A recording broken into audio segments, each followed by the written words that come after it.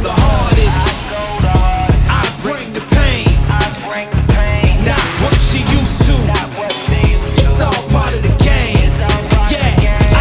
Hello and welcome to the Fan Cave Podcast. We're the podcast that explores the thrilling world of college athletics and the evolving landscape of name, image, and likeness, bringing you up close and personal with the influential figures shaping this dynamic arena.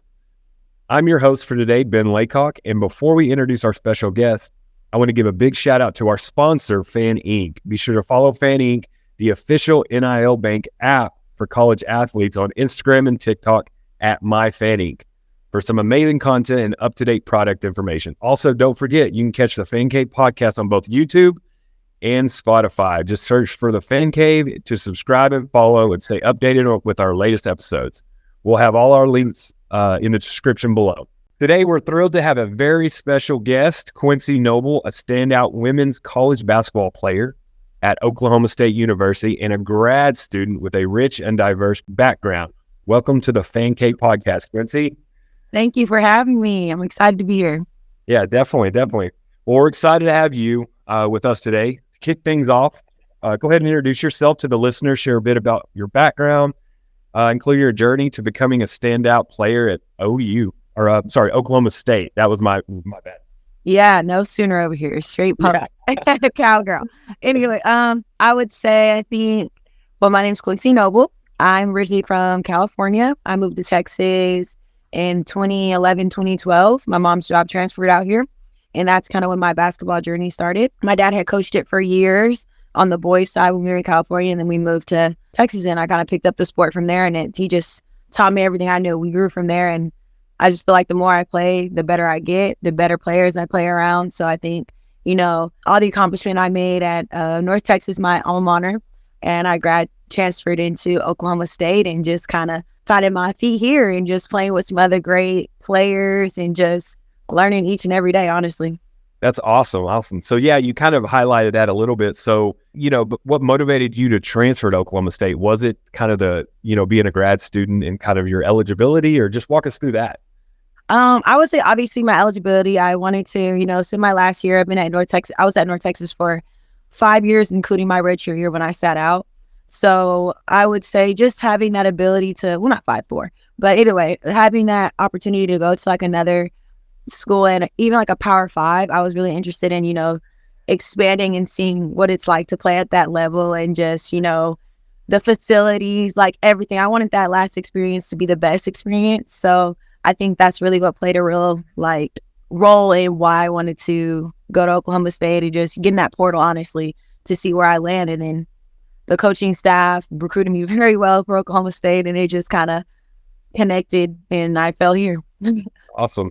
Now, I know the portal is, that is the hot topic, especially as season ends, right? We're seeing it with football right now. It's like, I think my ESPN app 10 times a day just tells me who's moving to the portal. So explain that process. And is that nerve-wracking to kind of put your name out in a poll and be like, is someone to call? Do you sit there and just wait for someone to call you, or do you have kind of just walk us through that whole process? Well, honestly, I think the hardest decision is making the decision to leave. I feel like that's harder than just going into the portal itself. Because once you're in there, they have it set up where your contact information, coaches get notifications when players hit or the type of player they want, they get that, and you'll be able to get reached out, which is why it's really important to make sure when you go in, your worth and you produce something to show. It's a little harder in the portal when you don't have a background and in the sport, unless you're a high caliber player already coming out of high school. It's not really easy in the portal. The portal is not a joke at all. There's too many kids and there's not enough schools. So at the end of the day, it's always about know your worth and know what you can bring. And obviously you need to make sure you have that background before, making that decision, unless you were a high caliber player in high school. It's very hard. That portal is cutthroat. It's not easy. It's a hard decision for sure to get in there. But once you're in there, they blow your phone up. Once you're in there, they're calling you. I think I was in there maybe 30 minutes and my phone was ringing off the chart. So the And I pressure's got it. off then there. It's like, you didn't have to wait that long, luckily. Yeah, Like, but oh my gosh. Oh, here they go. yeah, it was different because I transferred my first year from from New Mexico to North Texas, and that was different. My phone wasn't ringing as much because I transferred after my freshman year. I didn't have Gotcha. any, you know, Stats and all that. stats and Yeah, anything like that. So it was a little more like hard, but with the people that I had in my select years that connected me with the right places, I ended up at North Texas, and I was able to get that background there. And I didn't plan on leaving North Texas. It kind of just, I graduated and I was like, you know what? I gave it my all. I graduated from here. I'm always going to be a part of North Texas. I want to see what else I could be elsewhere. So, like something like that, I really take in for like the grad years for sure. I think those are beneficial a lot, especially especially being part of the COVID. So, like I had a whole lot of, a whole lot of help. Yeah, for sure. And I think I'm so glad that college athletics allowed that year to kind of be given back to student athletes. I think that was super important. And I think that's another kind of reason why the portal probably has been so busy, right? Is because you have these, super seniors or whatever you call them that, have that extra year of eligibility. And so I think it makes that portal kind of probably even more saturated with athletes. So that was an awesome story. So how have you adapted to playing the playing style and team dynamics at Oklahoma State compared to like where you were at like North Texas and New Mexico? I think I've adapted pretty well. I think they have a lot of things that correlate and translate over. But I think like the biggest thing that I'm still obviously learning is just the speed changes, just because, I came from somewhere where we did a lot of dribble penetration and dribble everything. And now we're into like ball screens here. So like learning how to change your pace and everything, which works out more beneficial for me. But like now I'm learning how to, control it better. It's just like, it's a lot of learning and expanding my game, which is exactly what I came here for. So I think the transition would just be, working in my own game with that, like I think that's like the best way I could describe it, because it's not like it's like hard or anything, because basketball is basketball at the end of the day. Right. But I think it's just kind of like finding you within that system. I knew North Texas system through and through. Right. I've been there for so long. So now I'm in a new place, trying to learn a new system in less time and get myself going. So it's like, my teammates and my coaches help with that so much. So honestly, it's not hard at all. I think anybody can do it if you're around the right support system. So I think it's really easy, honestly. Yeah. So the different systems, is it a little more strategic because it is deep, or, you're stepping into a Power 5 conference, the Big 12. Is that kind of why there's a little more strategic nature to it, or is it just a different program, different, offense and defense? I think it's just a different program, because I know there's still a lot of teams in the Power 5 that might do a dribble drive penetration thing. I think it's just all about the type of girls you have around you and what you can work with the tools that you have. And with the tools that we have, that offense works best, because we have people that can also drive and penetrate hard, but we got some shooters. Like our team, we're heavy shooters. So we're going to do a lot of actions where we're going to want to get shots off and quick and just find people. And it's just like, and then we have some good posts. So it's like we want to work from all angles. And I think that really is just trying to work with all the tools that you have. Because I think that's where the strategic part comes in for coaches when they're recruiting. It's just to find pieces that work in that program, right? Okay. So a lot of coaches and stuff will have like a system they run, and then their goal is to find players that just push that to the next level, right? Exactly. That's awesome. So as a grad student and a college basketball player, how do you manage the demands of academics and athletics? Well, honestly, I feel like I'm just fortunate enough with the grad program that I'm going through. They're really flexible. They have a lot of online courses, which since COVID, I don't think I've been back into like an in-person, like actual class. So like being able to be at a university in a grad program that is very flexible and allows me to be in online courses, it's just been so much help, like easier. Like I'm just able to kind of, well, this is when it's due. This is when you need to get it done. Like, it's not like I got to go to class for like 2 hours. Like, cause some grad programs, you're there for 2 hour, 4 hour classes. Yeah. And I was fortunate enough in my program and in my grad program, I didn't have to do that. Like I'm in a online course and I'm just getting my work done when it's supposed to be turned in. And I'm able to go get shots up in the morning. Like it's way better than undergrad for sure. Yeah. So when you were in the undergrad, what advice would you give incoming student athletes to balance that and how, the ones that have to go to school and then, their personal life too. So like, how did you balance it before you kind of had a little more free time being a grad student and taking all online classes? Honestly, I would just say not to overthink it, because it's literally just like being in high school. You're in high school for 8 hours.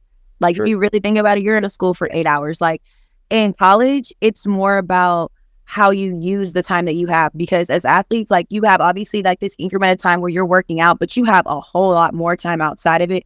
May that be sections in between, but there's time that add up. Like, okay, I might have a morning class and then I have practice at, a 2-hour gap before practice. With that 2-hour gap, you either eat, you could socialize with your parent, your friend. Like, you have time to have your little social life, but it's all about organizing it correctly.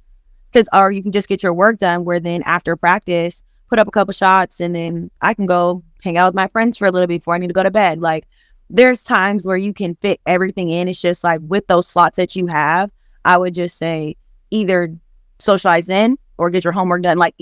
Just figure out parts where you want, get organized. Like, that's literally it, because it's not a big change. It's literally like, I think you get more freedom obviously in high school. Right. Like, this is your schedule. Your mom's not telling you what to do. You're not going home to your parents' house and be like, oh, it's time to sit down and do homework. Like, no, you're in control of your own schedule. So honestly, I think my biggest thing would be just really figure out how to organize that. Like, it's not hard. It's not at all. It's just, it's going to take an adjustment. I think your first semester versus your second semester, you're going to be like, okay, well, I'm going to do this differently this year. Yeah. Like, every year you kind of learn. Right? Yeah. So what tools do you use, like, to keep yourself organized? Are you just is everything go in your calendar? Are you like physical calendar? Walk me through some of the stuff that, the tools you use to kind of help you stay organized and stay, like, hey, I got to be here. I've got to schedule this, and make sure you don't double book stuff. Yeah, my phone is like my biggest friend. Like, I love an agenda. I'll waste my money every year on an agenda, and I'll work with it the first 2 months, and then I'll stop going back to my agenda, and I'll go right back to my phone, and I'll put it in my reminds.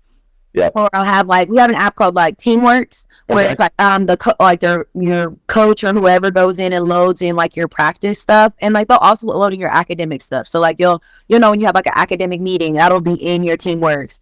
Like, the stuff that they're in control of, they have like your classes that are already set that you set yourself, they'll have in there. Like, you have a 9 a.m., so that'll be on there. But you can also put your own edits in there. So like, if you have, for instance, if I had this podcast, I would put it in my Teamworks and be like, podcast at 1 p.m.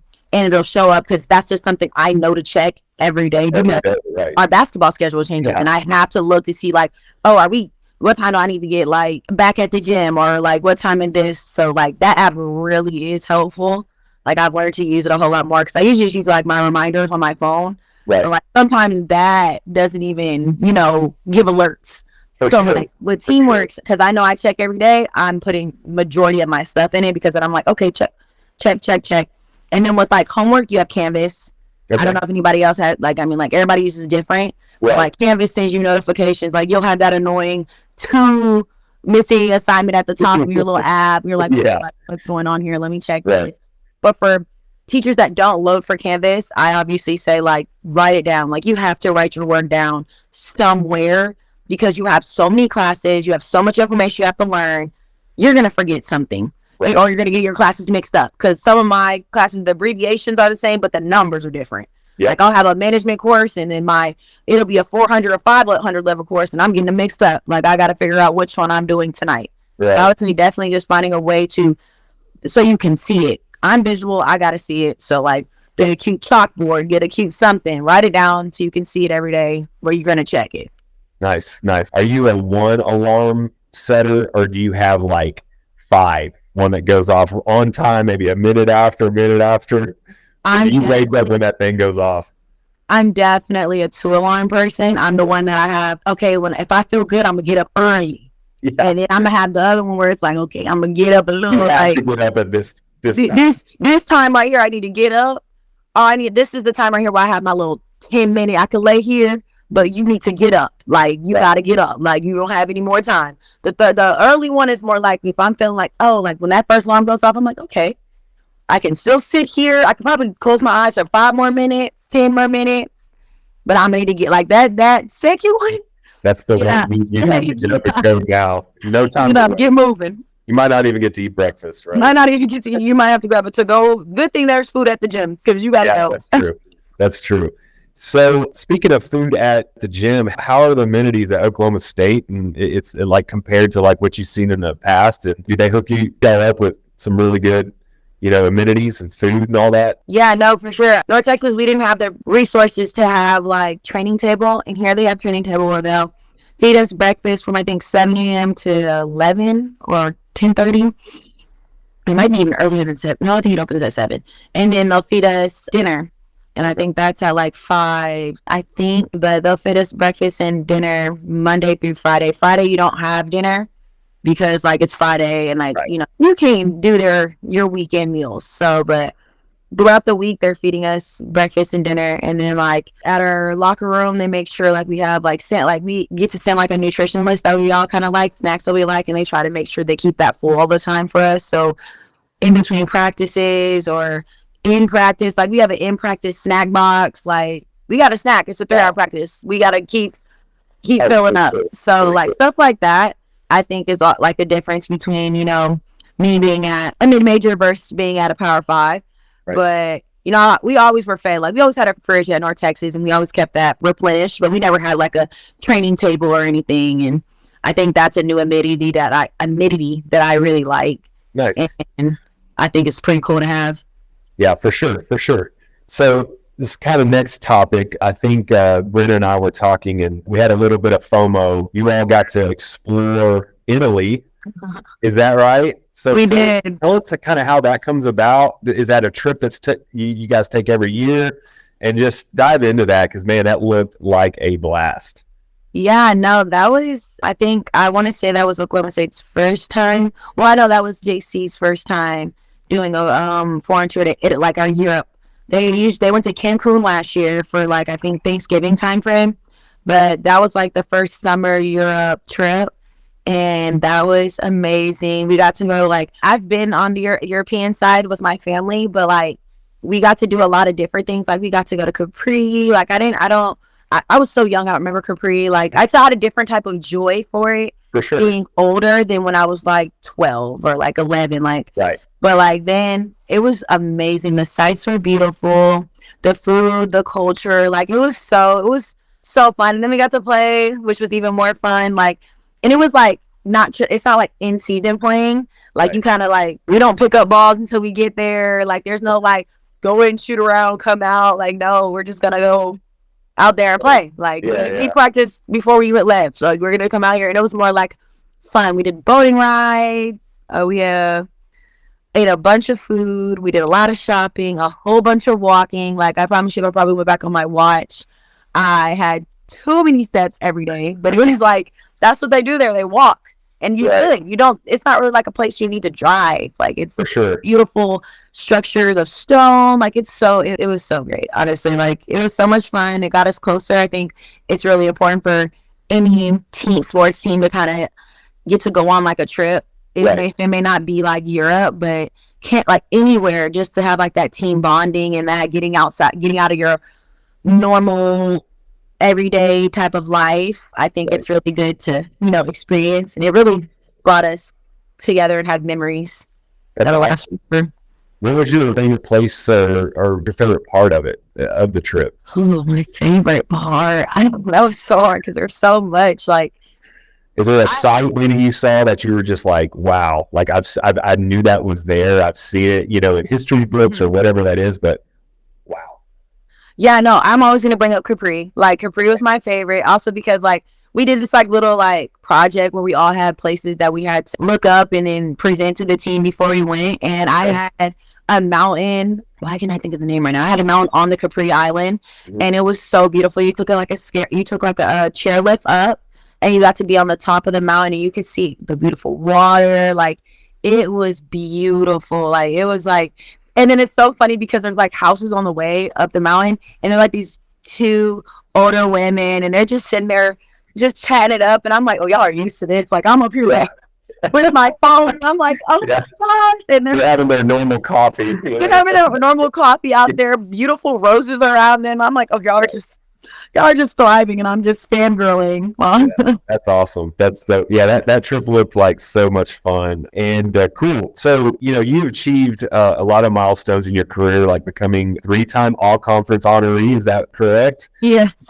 Which of these accomplishments, I mean, you can add that one or you can add another one, are you most proud of and why? Man, I don't even know what I could be most proud of. All of my accomplishments, like, I don't know if there's one that is more measurable than the other ones because every year it meant something different. My first year meant a lot to me just because I found myself again after kind of like, as a freshman, when you're going into a new place and a new everything, a new environment, it's rough mentally, physically, everything. We needed a co-host, and we got one. No, but I would just say, like, my biggest accomplishment, honestly, had to be just coming back after sitting out almost 2 years. Because, I was still under the old transfer rules where you had to sit out when you transferred. So, not playing my first year and then transferring in my second year. And to be able to come back through COVID, like, and come back and get all accomplishments and find myself like that. I feel like that was like the biggest deal, is just to find myself within college sports.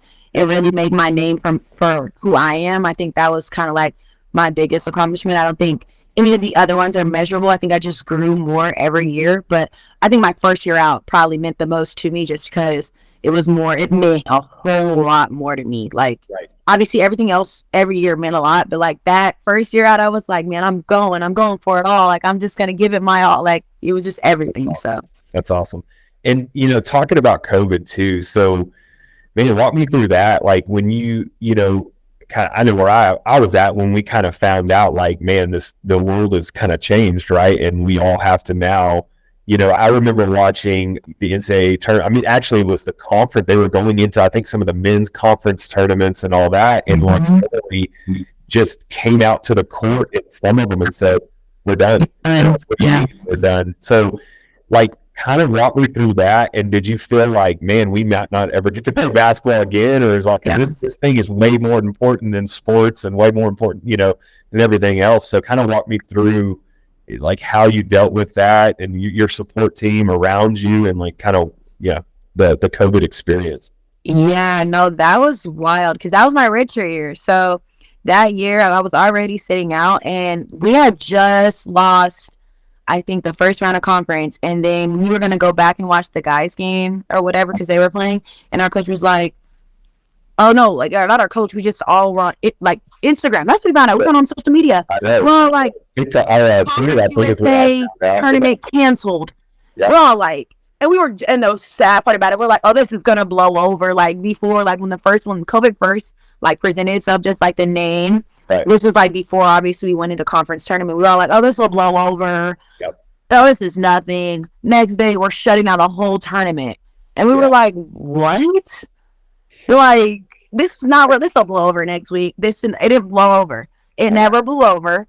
And it was just kind of like crazy because none of us in my generation have ever been through anything where, like, it'll be in history books. Like, this will be in history books. Like, this is wild that we're going through something that literally shut everything down. It just seems so unreal for the longest. Like I got to go back, like, there was no basketball. I was bouncing back and forth to my apartment and my parents' house because they live 40 minutes apart because, I needed some change because we were locked in the house. So I'm like, okay, well, I'm going to go to my apartment and I'm going to my parents' house. Like, this was my outings because there was nothing else we could do. It was just like, we're playing basketball outside, trying to keep it social distance, but still, working out. Like, we're finding our ways. Like, and this is not with our team because we're not allowed to be with our teams around this time. So this is like all of us, like, neighborhood kids trying to find, or not even neighborhood kids, college kids coming home, trying to find places to play outside because at that time we thought outside protected us from COVID. I don't know what we thought. Like, playing outside. No one knew it, I think. Yeah.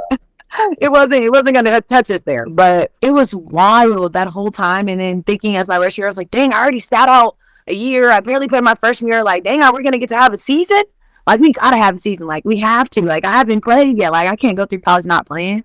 So it was one of those, like, come on, we got to get this together. Like, it has to be, like, I'm going to keep working on me. And whenever they say we can go back to school, like, I'm going to be ready. And when we were able to at least go back, we were all masked up and we're traveling in masks. We're practicing, like, I couldn't practice in a mask. So, like, we were having, like, the little gaiters. I don't know, the ones that come around your neck and then, like, put them over your face. A little bit better in them. Yeah. So I was trying to, like, anytime, like, I wouldn't play in it, but, like, if we were coming closer in, like, a huddle, then we would all have to, like, lift them. But, like, if we were not, like, in a huddle, like, thing, like, they would, like, you know, what, like, you're going to be with each other, so y'all are going to pass it around, basically, is what they said. So Sure. that's kind of how we took it. And that year was crazy because COVID tests weren't even good at that time. You would test positive one week, negative the next week. So every week we had somebody going out, then your roommate going because y'all lived together. Then your roommate saw your other teammates, so the other one's taken out. Like, we were just, it got to the point where it was chaotic, for sure. It was chaotic. Like, it was always something. I know I had a false positive that, like, a couple days before we were about to leave for a conference game, and I had to get tested like 3 days back to back before we could even leave, because I shut the whole team down because we had a whole practice, and we all had to, you had to test every morning before you go to practice. So one of my mornings I tested positive. So me and my roommate at the house, and then everybody, they were like, "Oh no, Q got everybody." Like, we all can't practice today. We ain't practice for 2 days up to our game. And then day before we had to leave, they were like, "Okay, well, you're negative again, so we're on the road." Wow. And then those tests pretty much touch your brain too, Oh my God, those were awful. There's got to be a better way. I mean, technology has gotten a lot further than this, surely, in the medical space, right? There's got to be another way to test for this stuff. So. And then to do it every morning, like, every day, we're waking up at 6 a.m. to go get a COVID test before practice, before everything, like, before we leave the next place, got to swab your nose. Like, we were swabbing our noses. I got used to it. I never thought I was going to get used to it. Right. This was not even for a year. This was for 2 years.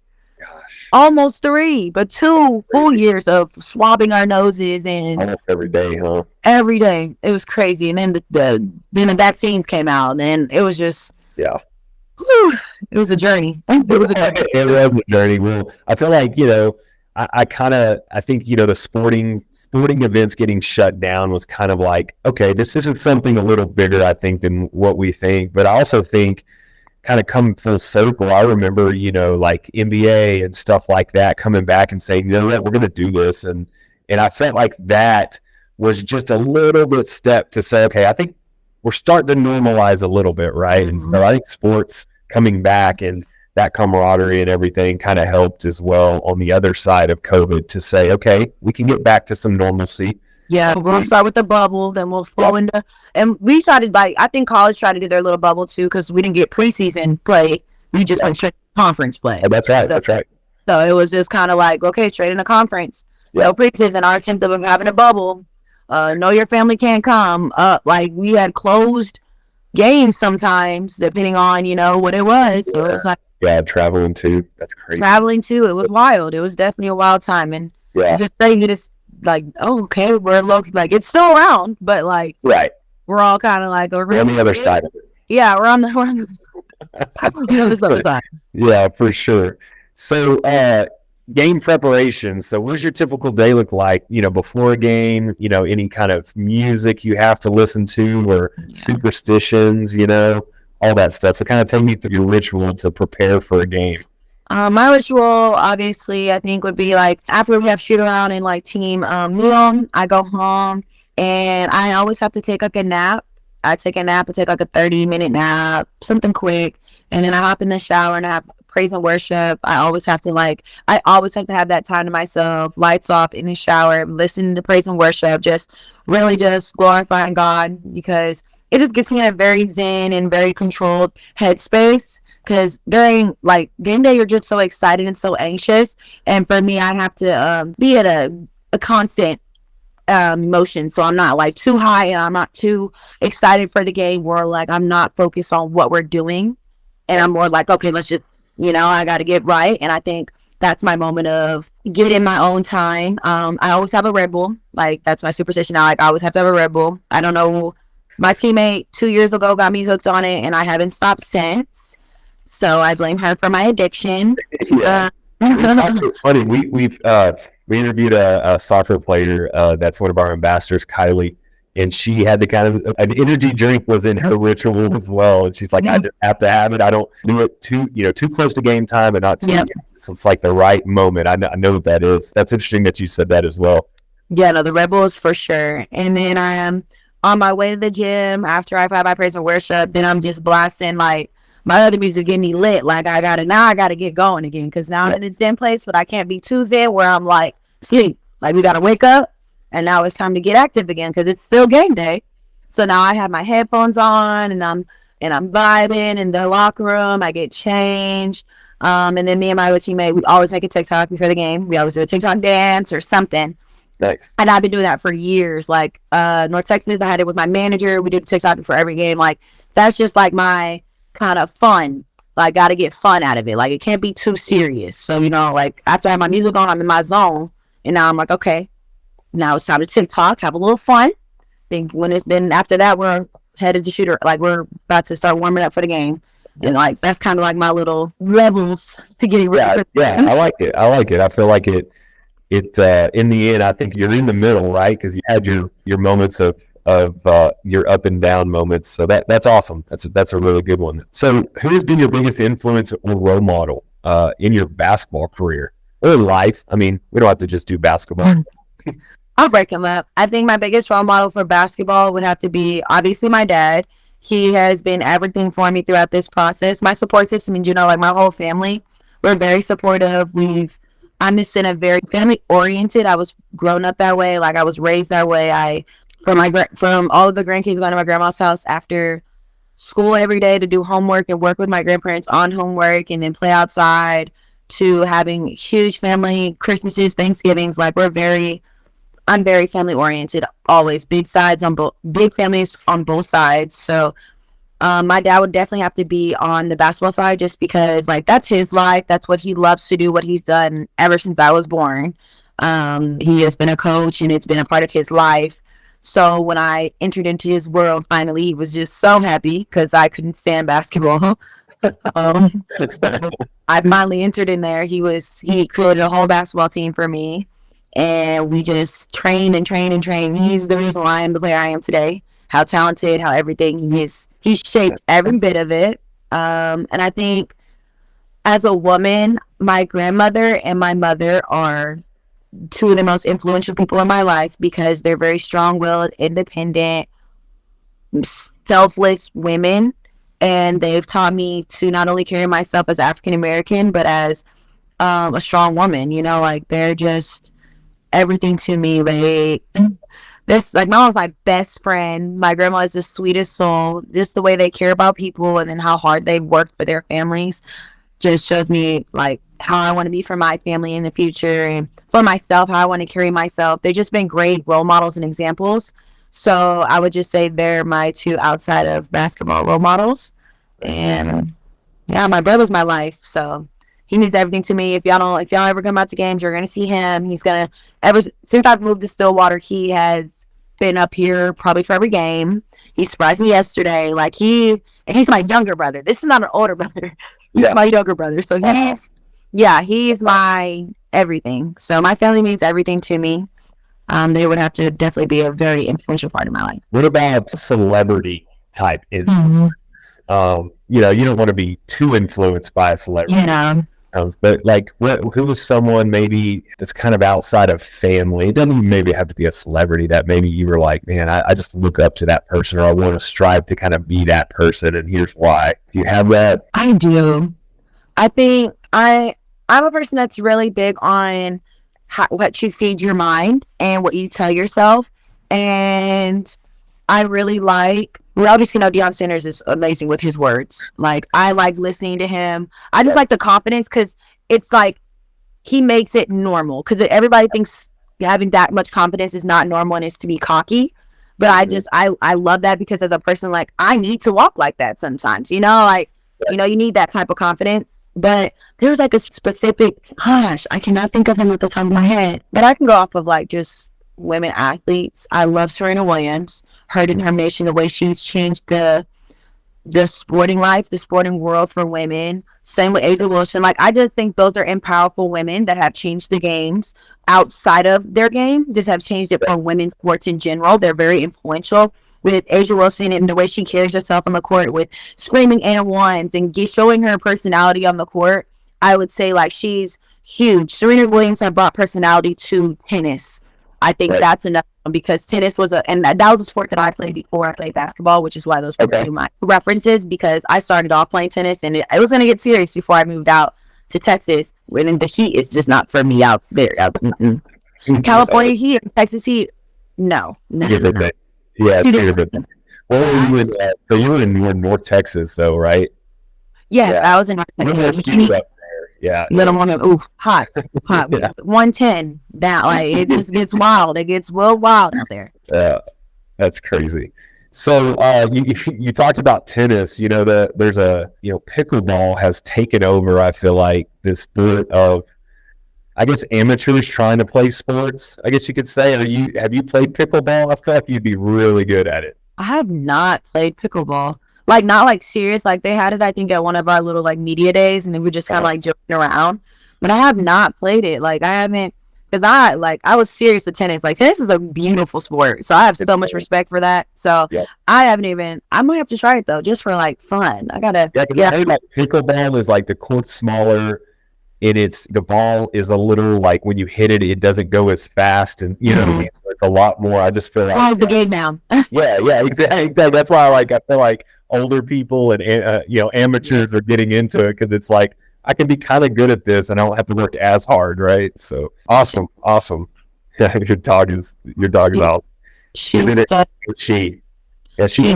the meeting. Like, you weren't bothering me this whole time until I got into this meeting. Yeah, she's like, I want to be on the podcast. I think it's our first dog that's ever made an appearance in our podcast. Dakota, you just made your first appearance. Yeah. Famous. Might have to have an Instagram page created at this point. At the socials. Yeah. Cool. What's the biggest challenge you faced in basketball? And how did you overcome it? I know we've talked about COVID, and we've talked about, you redshirted, so you've set out, and then you had to sit out in COVID. Is there any other kind of adversity that you've had to kind of overcome that we haven't talked about? I think any athlete has faced a moment where that self-love for yourself in your sport, when things are not going well, finding a passion outside of it, or just, staying the course, because everybody goes through it. I think your freshman year is more common to go through those mental battles with anything. I obviously started with my anxiety, and I got that in college, and learning how to balance that and learning how to embrace it, but also control it and be the one that is in control, and not, let it take power over my mind and what I think of myself and how I feel about myself. So I feel like that has been something that was definitely a challenge for me, because I didn't know what it was. I just kind of never sought out help for it or anything until probably my sophomore or junior year at North Texas. And then when I did get that support, it was just, I learned myself better. I think it was just a challenge to reach out and get that help. And then also to be okay with, not being ashamed of it. Everybody has their own battles that they're working on, and just like embracing mine and just finding ways to empower myself and not let my mind psych me out, because not everything up here is really what's going on or what like it is. So just making sure like I stay right within myself, which is why I've obviously leaned to, with God more, and just working on my own relationship with God. So I think that has been helping me as well. That's awesome. That's a really good advice there. In future aspirations, so if you don't continue to play and dominate on the court, what are some post-grad aspirations outside of basketball? Outside of basketball, my end goal would definitely be sports, and I want to be a sports analyst. ESPN has always been like my goal, but one of my classes definitely like told me like it's a stepping stone in the sports broadcasting world, and it for a while is going to be a hobby. And I was raised in a family where the type of things that I like, it cannot be a hobby. So I'm really that'll be something I'm doing on the side, where I'm probably going to go on the sports management side and take on sports administration. I don't know what field yet in sports administration. May that be marketing, or may that be student development, because I really love the women that we have here for student development. I'm big on women advocacy and being a voice in any way possible. May that be as an African-American woman, or may that be an African-American woman in sports. So whatever I can do to be that voice, I definitely am leaning towards that more next year. Because I don't really know if I'll be paying after this year. I haven't really decided yet. I know I have plenty of opportunities to probably play overseas, but I think my end goal would probably be getting into a sports administration program to learn the business side of sports and, be an advocate for athletes, because, like, what better to have in those positions than people that have been behind the scenes of college sports. And for sure, college sports is where I want to be at. I think high school's cool, but I definitely want to be in college. Yeah, for sure.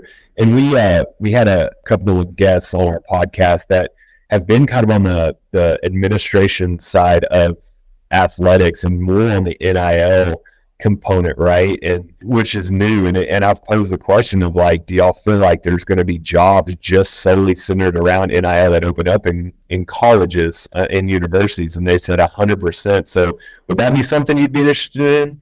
The NIL? Oh, for sure. I would love to do the NIL part. Like, anything I can to be a representative, I would love. Like, that's going to be a very heavy business too, just because it's also why people go in the portal. So, like, there's a lot of that's going to be beneficial, and I would love to learn more about it, outside of being an athlete. What I know is, finally we're getting paid for what we do. Right. I want to learn a little more about it on a deeper side of it, and I think that would be the best way to do it. Yeah. So what are your thoughts? I mean, how do you feel, like, especially when you found out, like, wait, we can finally make money? Right. Kind of walk me through that, and what are your thoughts on NIL in general? Honestly, it's just kind of like, wow, it's all grown so vastly. Like, I was in college when we didn't have it. Like, and then I've also been in college when we have it. So it's kind of like I got to weigh out both sides of it and really be like, well, yeah, now that I think about it, we should get paid, like we should get an opportunity to, be able to build ourselves outside of this sport, because at the end of the day, like, I see, for my personal views on NIL, it can set you up for after you're done with your sport. Right. Because some people have career-ending injuries in college. Right. And they've spent their whole life preparing and grooming, and this was all for their sport to get to college and to prevail and maybe even go beyond it.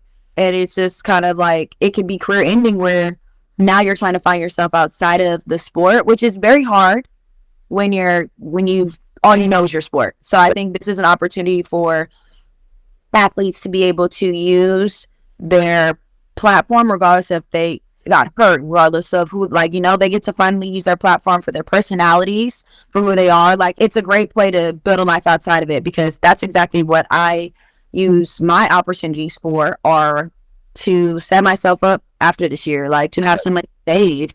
Because again, I'm leaving college debt free, thank the Lord. But now I finally get to have some money, saved up for, whatever. If I don't get a job, I can live on a little bit of my money and I have to rely on my family, because I haven't had to for 5-6 years because I've been in college. So it's just a way to, like, set myself up for the future. And I think that all athletes should have that opportunity, whatever they do with their NIL. Yep. I would hope they're doing that. I feel like that's the smartest way to do it. Right. But honestly, I just think it's a blessing. I think it's awesome. I don't think anybody should have a limit for whoever you are. If you get this much, you get this much. You earned that. You get what you earn. At the end of the day, as long as you get it what you earn, I don't see a problem. And I think it's amazing. I think it's awesome. Yep. I think we should continue to grow in it. Yeah, that's awesome. Yeah, we were talking the other day, and it's the generation right now, like you guys that are in college athletics, like this, mainly the seniors and stuff. You're kind of, I feel like y'all are going to be more humbled about it, because you saw both sides of it, which is crazy. You saw we're not getting paid to, oh, now we're getting paid. It's like the future generation, it's like, got to be careful, because that's all they see right now. They're going to know, that's all that's out there. That's all they see. And hopefully it continues to really be a part of education in the universities and even roles in the university to kind of educate, because I feel like the athletes now are kind of humbled because they've seen both sides of it. Man, these future athletes, all they're going to see is, oh, he got a watch, or he got a Cadillac, or whatever that is, or he got a car. I think a whole team got trucks the other day, and it's like, you got to kind of be careful about that. Yes, definitely read your deals, read everything. Not all money is good money. Like, these are also things that represent you. So watch out what you're supporting. I think that's like the biggest thing. Like, if those values don't meet your values, you don't need to be a representative no matter the amount of money, because at the end of the day, that can carry on. That's on you for your remainder of your life, regardless of when you leave college. Like, we know how impactful social media is. Once it's out there, it's out there. So to definitely be cautious of what you're supporting and what you put your name behind, because that's a signed contract. Well, that's awesome advice. Well, Quincy, thank you so much for joining the podcast today. You've been awesome to us, also being a part of the Fan Inc. Team and family as we kind of launched our platform. Can you tell the viewers out there where they can find you on social media? Yes, you guys can follow me on Instagram. My name is Quincy Noble on Instagram, and on my Instagram page, it'll have links to my Fan Inc. account. It'll have links to any other accounts that I have that shoe off. So want to buy merch, anything, I have that all linked to my Instagram. So definitely just look up my Instagram handle and you'll find everything you need there. Awesome. Well, thanks again, for stopping by. For the viewers out there, this is the Fan K podcast signing off. Thanks to our sponsor, Fan Inc. You can find them on Instagram and TikTok at MyFanInc. Thanks, everyone. Bye. Thank y'all. It's all